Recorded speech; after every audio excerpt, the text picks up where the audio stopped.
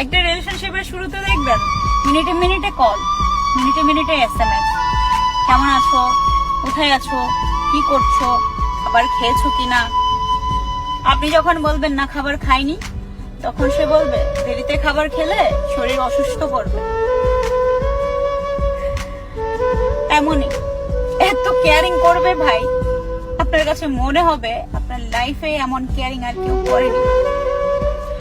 আবার সেই রিলেশনশিপটা যখন পুরনো হতে যাবে, কয়েক মাস কয়েক বছর কেটে যাবে, তখন দেখবেন সেই কেয়ারিংটা আর আগের জায়গায় নেই।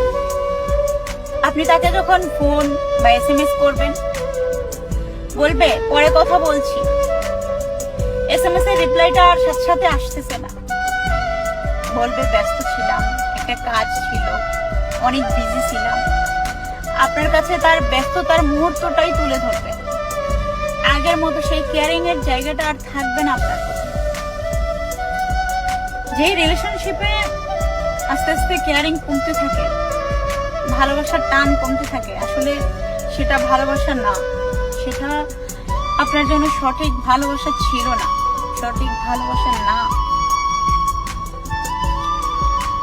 ভালোবাসা হওয়া উচিত এমন, যার সাথে আপনার পুরো লাইফ কেটে গেল, তার প্রতি আপনার কেয়ারিং, টান, ভালোবাসার আবেগ, ভালোবাসা কোনোটাই কমতি থাকবে না।